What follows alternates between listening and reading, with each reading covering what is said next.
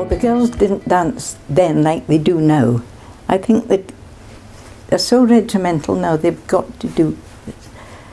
And in those days, like when the men were dancing, a lot of them were dancing teachers, and you would know their pupils, like Dr. Me was saying that, by the way they dance, you know.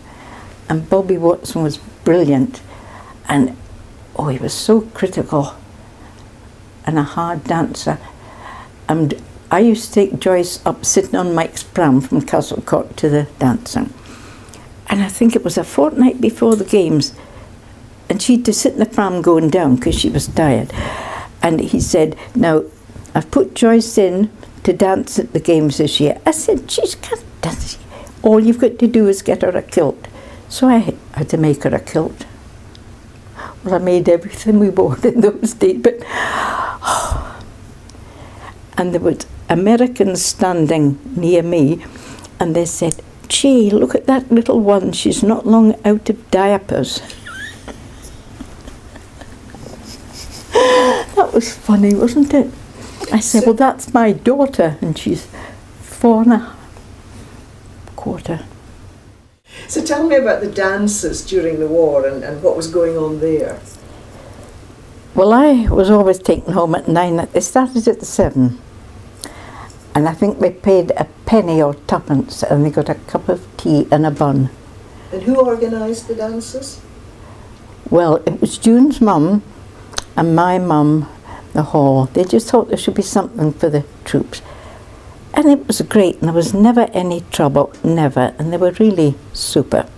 But I was always taken home at 9, apart from if I didn't have school next day, I'd maybe get to stay till 10. But it was true. And if there was but he wasn't a soldier, but this chap always took me up the Scottish waltz, and never spoke or anything. May I have the pleasure, took me back that. And I said, God, there's all this talent around, and he was a good dancer, mind you. So I got to the stage where if I saw him looking at me, I would go up and go into the cloakroom and go up on the stage, because it was at the other end of the hall then. And there were steps up, and I peeped behind the curtain, and when he went away back, I come through quickly, because there was as many troops there. There was lots of them coming to dance with you.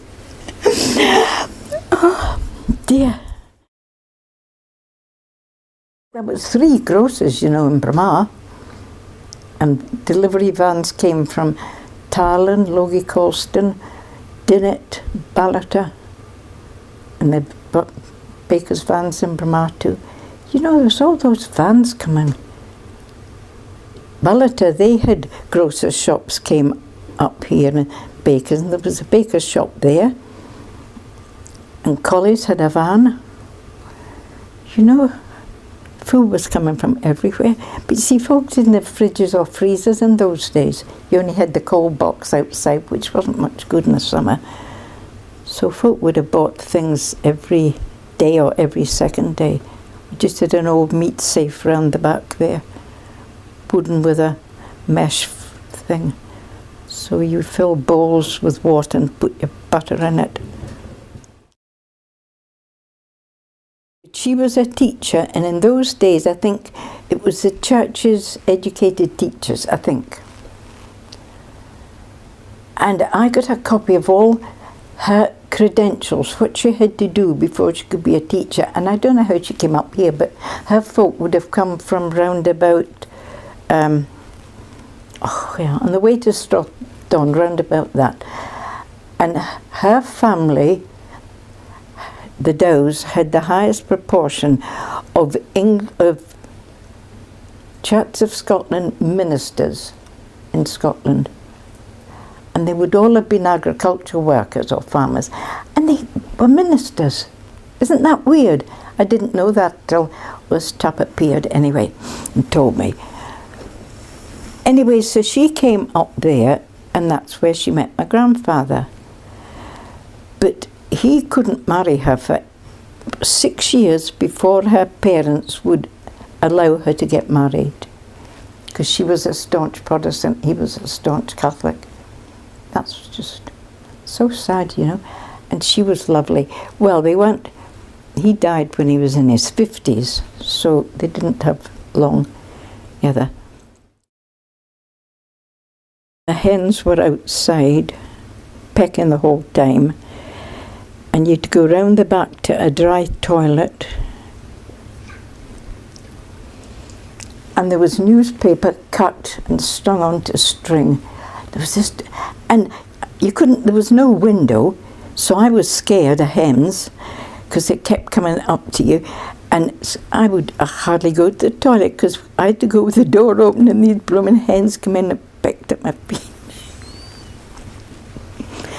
And this poor man, Arthur Grant, who lived in just a tumble-down shack as you go into Currymolesey, not far from the John Von Lammett thing. His name was, what was his name? Something Grant. And it was his job to empty the toilets. And I thought, where the dickens would you empty them? And I'm thinking, God, and that was a great fishing river. And my dad was teaching folk to fish at the pool at Mildorach, the Stuffers pool at Mildorach. And it was only, just a few years ago, I thought, God, Arthur Grant, where did he tip all these pails?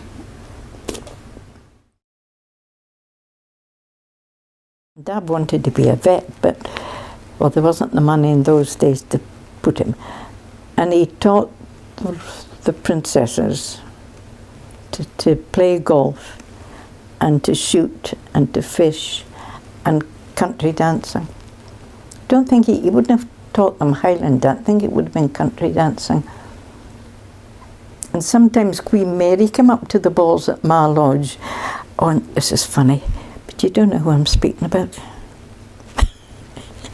This little chap, Mackintosh, they called him the Cock. He was a little man, and it was he and his wife who looked after Jockey at D-View.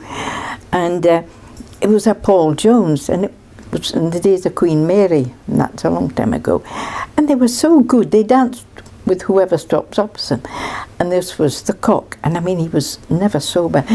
And Queen Mary was very erect at that, and he just stuck his head under her bosom and whirled round and round and round, and she was shouting, "Unhand me, Mackintosh, unhand me, Mackintosh." Oh, I thought that was priceless. I would have thought he would have got the sack for that. But you see, I think they liked all the local characters too, and they were safe up here, and there wasn't the same protocol as down in England. But and that was my aunt told me that too, so I don't know if it's true or not, but it could be.